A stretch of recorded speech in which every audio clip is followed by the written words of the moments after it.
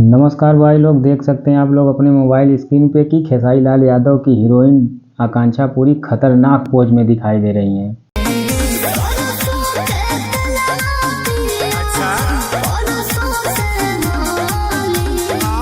तो देख सकते हैं दोस्तों, आकांक्षा पूरी ने हाल ही में एक नई चमचमाती हुई डिफेंडर कार खरीदी है, तो उसके साथ फोटो शूट कराया है।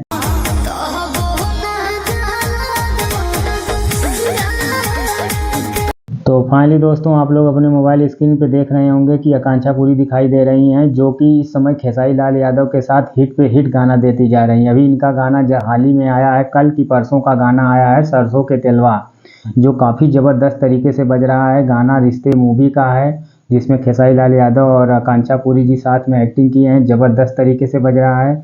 तो देख सकते हैं आप लोग कि खेसारी लाल यादव और आकांक्षा पूरी की जोड़ी जो काफ़ी ज़बरदस्त तरीके से इस टाइम पे भोजपुरी में चल रही है और बवाल कर रही है। जिस भी गाने में काम कर रहे हैं, गाना ज़बरदस्त तरीके से बज रहा है और उसके रीलें कट के वायरल हो रही हैं, खतरनाक तरीके से वायरल हो रही हैं।